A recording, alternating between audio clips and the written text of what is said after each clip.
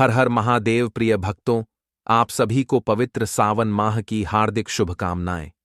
प्रिय भक्तों, आज हम आपको एक अत्यंत ही पावन कथा का श्रवण कराने जा रहे हैं, जिसे सुनने के बाद आपके जीवन के सभी पाप नष्ट हो जाएंगे, आपका जीवन खुशियों से भर जाएगा और आप पर सदैव भगवान शिव जी की कृपा बरसेगी। प्रिय मित्रों, जैसा कि आप सभी जानते हैं कि हमारे सनातन धर्म में सावन माह को सबसे पवित्र महीना माना जाता है। इस महीने में समस्त भूमंडल भगवान शिव जी की भक्ति में पूरी तरह से डूबकर शिवमय हो जाता है, क्योंकि यह पवित्र माह पूर्ण रूप से शिव जी को समर्पित होता है। इस माह में जो भी श्रद्धालु सच्ची श्रद्धा से भगवान शिव जी की पूजा करता है और सोमवार व्रत कथा का श्रवण करता है, उसके जीवन में कभी गरीबी और दरिद्रता नहीं आती है और उसके सभी मनोरथ पूर्ण हो जाते हैं। मित्रों, धार्मिक ग्रंथों के अनुसार सावन के महीने में ही भगवान शिव जी ने समुद्र मंथन से निकले हुए विष का पान किया था और सावन के महीने में ही पहली बार भगवान शिव जी धरती पर अपने ससुराल आए थे। इस खुशी में धरती लोक पर उनका भव्य स्वागत किया गया था और कहा जाता है कि तभी से प्रतिवर्ष सावन के महीने में भगवान शिव जी धरती पर आते हैं और अपने सभी भक्तों को आशीर्वाद देते हैं। इसी पवित्र सावन के महीने में मरकंडू आर्षि के पुत्र मार्कंडेय ने कठोर तपस्या की थी और भगवान शिव जी से आशीर्वाद प्राप्त किया था। तभी से भगवान भोलेनाथ के भक्तों को विश्वास है कि श्रावण मास में जो भी सच्ची श्रद्धा से भगवान शिव जी की तपस्या और पूजा पाठ करता है, उससे भगवान शिव जी जल्द प्रसन्न होते हैं। तो चलिए मित्रों, आज हम आप सभी को इस अद्भुत और पवित्र सावन माह की कथा का श्रवण कराते हैं। भूतकाल की बात है। काम्यक नामक घने वन में पुलिंद नामक शिकारी अपनी पत्नी के साथ रहता था। वह अपनी जीविका चलाने के लिए प्रतिदिन जंगल में जाता और निर्दोष पशुओं को मारकर अपने घर ले आता था। दिन में वह जंगल में जाकर शिकार करता था और रात्रि में वह नगर में जाकर दूसरों के घर में लूटपाट करता था। ऐसा करते हुए उसे तनिक भी भय नहीं लगता था। उसने लूटपाट और चोरी करके बहुत सारा धन इकट्ठा कर लिया। उसके पास इतना धन हो चुका था कि वह अपना जीवन बिना किस कार्य को किए व्यतीत कर सकता था, परंतु फिर भी वह अपने भोजन के लिए प्रतिदिन निर्दोष जानवरों को मारकर उन्हें अपना निवाला बनाता था। एक दिन उसके घर के सामने एक भिक्षु आया और भिक्षान देही कहकर आवाज देने लगा। उसकी आवाज सुनकर अंदर से शिकारी पुलिंद बाहर आया और गर्जना भरी आवाज में भिक्षु को डांटने लगा। यहां से चले जाओ, तुम्हें कोई भिक्षा नहीं मिलेगी। जिसको देखो वही मुंह उठाकर चला आता है। उसकी ऐसी बातों को सुनकर भिक्षु बिना कुछ बोले उस स्थान से चला गया। मित्रों, वह शिकारी बहुत दुष्ट और कंजूस प्रवृत्ति का था। उसके पास धन तो था, परंतु उसकी कोई संतान नहीं थी। वह इस कारण से दुखी रहता था। उसके घर के समीप कुलिक नाम का एक नाग अपनी पत्नी उलूपी के साथ रहता था। नागिन उलूपी ने वहां पर अपना घर बना रखा था। नाग कुलिक के 4-5 छोटे छोटे बच्चे थे। नागिन उलूपी प्रतिदिन अपने बच्चों को भोजन लाने के लिए शिकार पर जाती थी।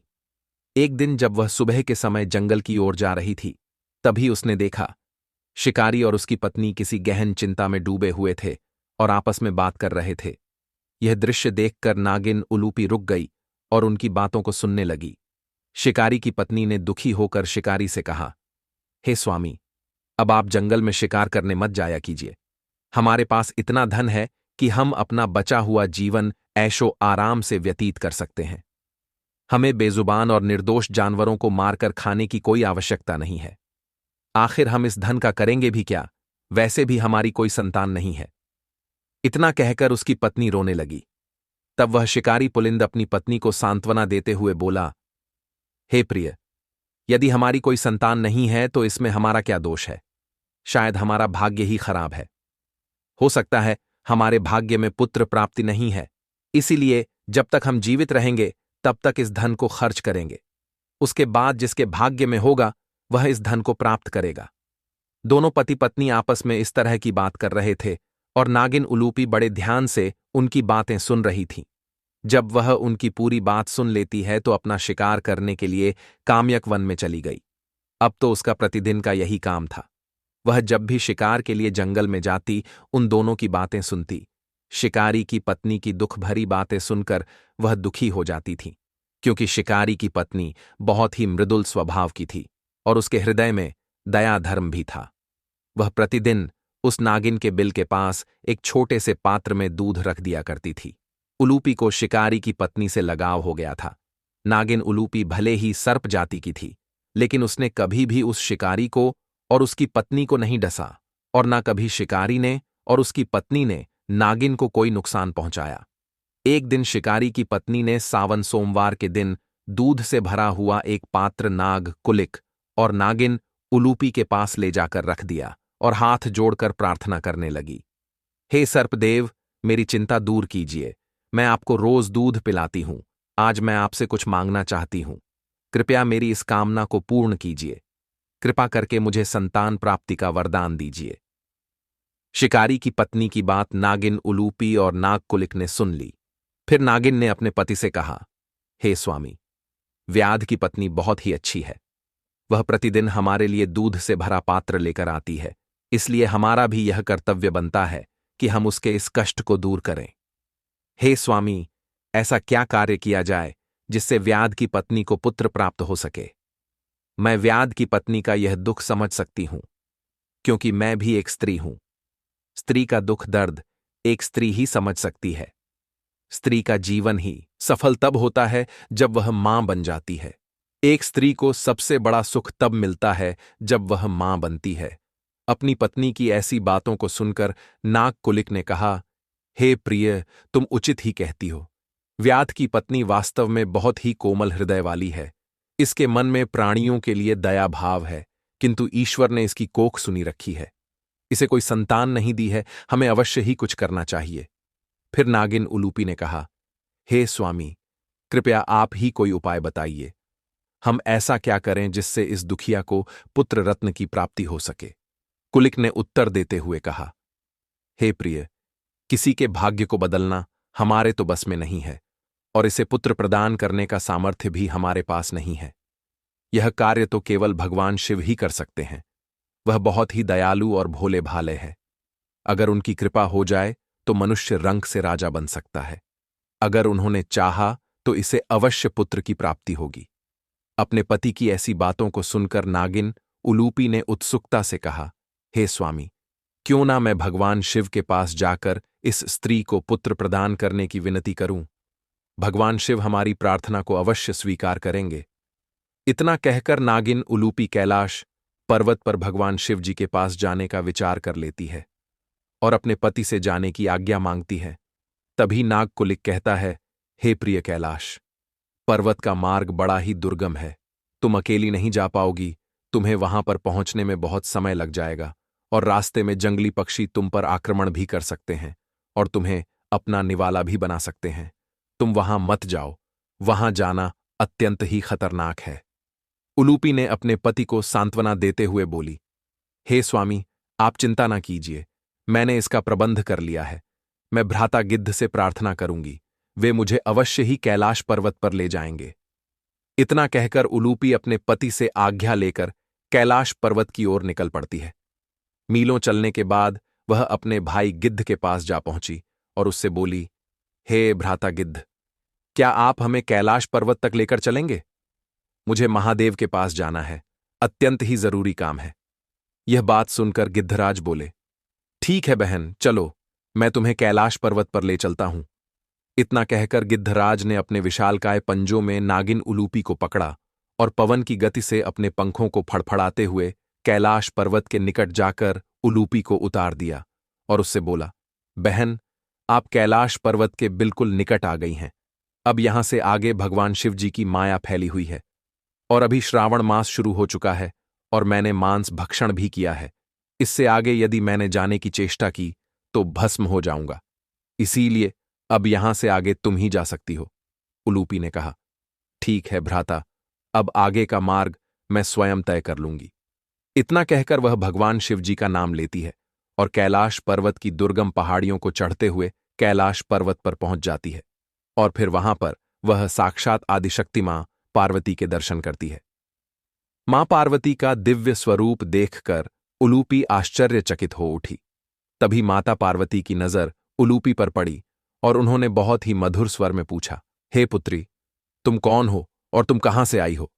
तुम्हारा यहां आने का क्या प्रयोजन है मित्रों? नागिन, उलूपी माता। पार्वती के मुख से ऐसे वचन सुनकर भाव विभोर हो उठी।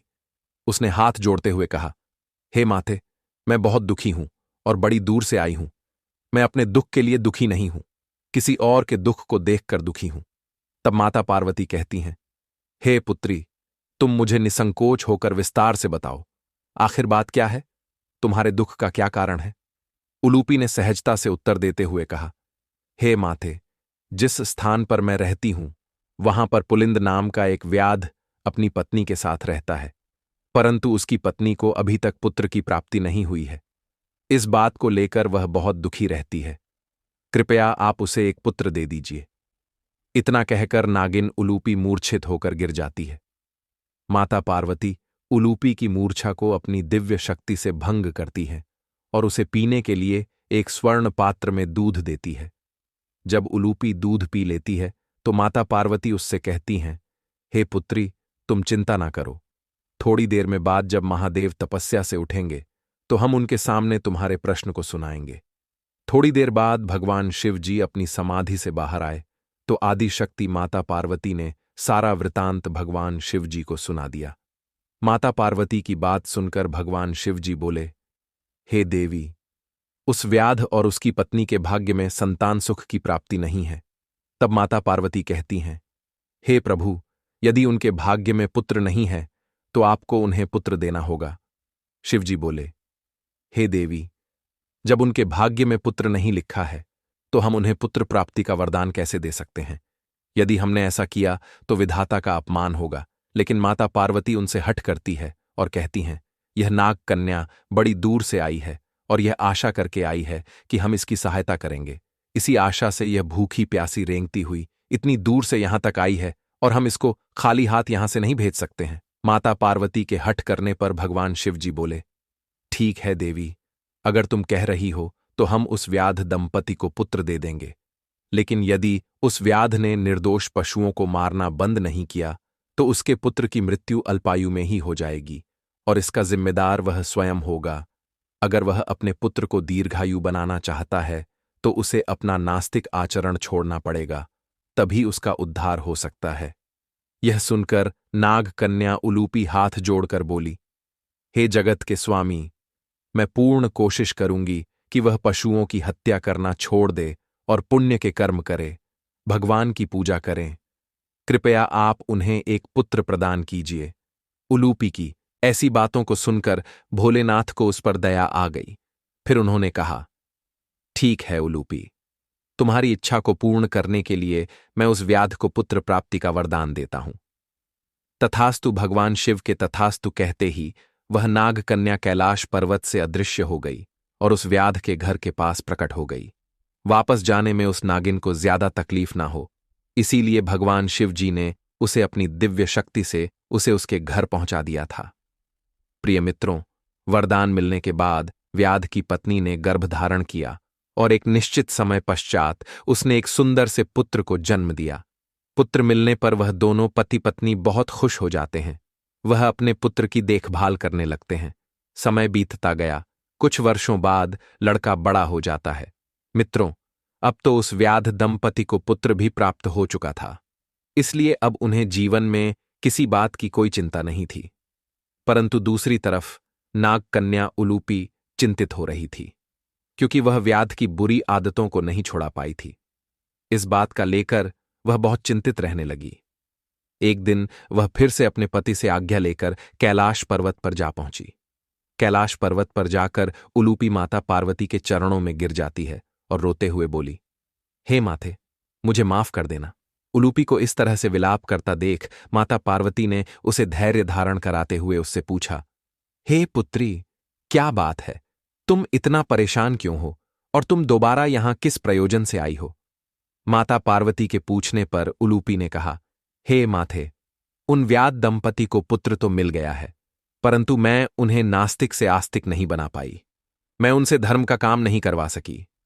दोनों पति पत्नी अभी भी वैसे के वैसे ही हैं।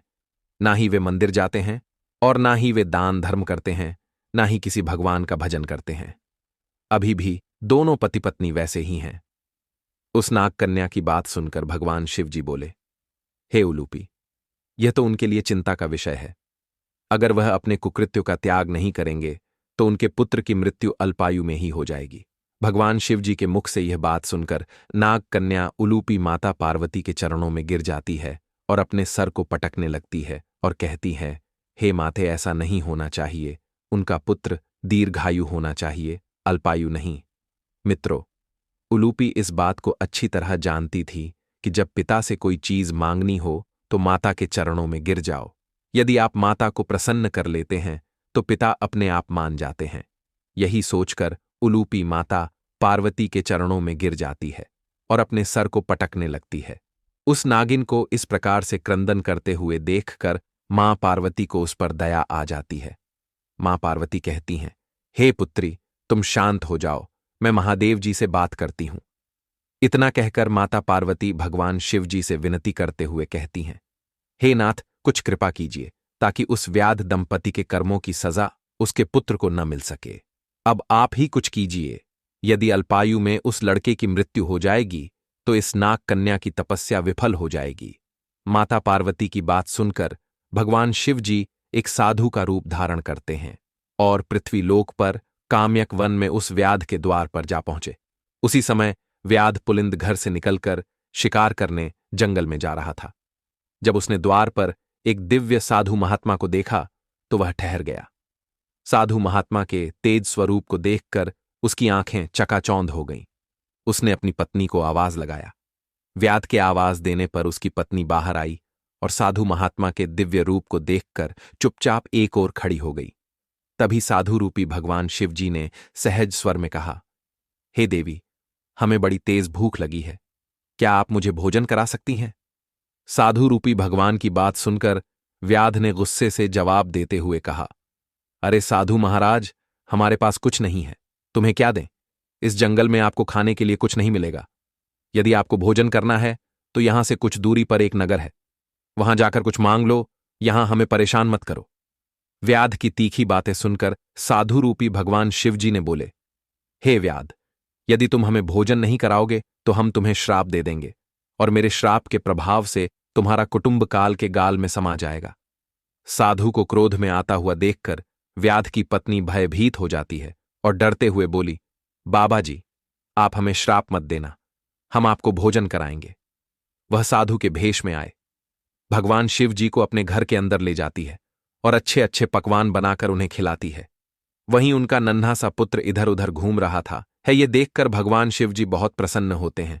व्याध की पत्नी साधु के भेष में आए महादेव को भोजन कराती है। भोजन करने के बाद जब भगवान शिव जी उसके घर से प्रस्थान करने लगते हैं, उसी समय वह व्याध दंपति आते हैं और हाथ जोड़कर कहते हैं, हे महात्मन, यदि हमसे सेवा में कोई कमी रह गई हो तो हमें माफ कीजिएगा, लेकिन श्राप मत देना। तब महादेव कहते हैं, हे पुलिंद, मेरी बात ध्यान से सुनो, तुमने अपने जीवन काल में अनेकों पाप किए हैं। यदि तुम अपने बुरे आचरण और निर्दोष जानवरों की सेवा करना नहीं छोड़ोगे तो तुम्हारे पुत्र के जीवन पर संकट आ जाएगा और अल्पायु में ही तुम्हारे पुत्र की मृत्यु हो जाएगी। यह सुनकर दोनों व्याध दंपति साधु रूपी भगवान शिव जी के चरणों में गिर पड़े और विनती करते हुए बोले, हे महात्मन, हमें कोई मार्ग बताइए जिससे हमारे पुत्र पर कोई संकट न आए। साधु रूपी भगवान शिव जी ने उन्हें उठाया और कहा, हे वत्स, मेरी बात ध्यान से सुनो, कभी भी द्वार पर आए हुए किसी अतिथि और भिक्षु का अपमान मत करना। नित्य ईश्वर की आराधना करो, दान धर्म करो, दूसरों की भलाई करो, इसी में ही सच्चा सुख है। मृत्यु के बाद सब कुछ यही रखा रह जाएगा, साथ जाएगा तो सिर्फ तुम्हारे कर्म। इसलिए जीवन में अच्छे कर्म करो। श्रावण मास के सोमवार के पावन दिन को व्रत करो, जिससे तुम्हें ईश्वर का आशीर्वाद प्राप्त हो सके। इतना कहकर साधु रूपी भगवान शिव जी कैलाश पर्वत की ओर प्रस्थान कर जाते हैं। उसके बाद दोनों पति पत्नी श्रवण सोमवार का व्रत करने लगे और ईश्वर की पूजा पाठ करने लगे। प्रिय श्रोतागण, इस प्रकार से आज की यह कथा समाप्त हुई। यदि आपको यह कथा अच्छी लगी तो कमेंट बॉक्स में हर हर महादेव अवश्य लिखें। कथा सुनने के लिए आप सभी का बहुत बहुत धन्यवाद।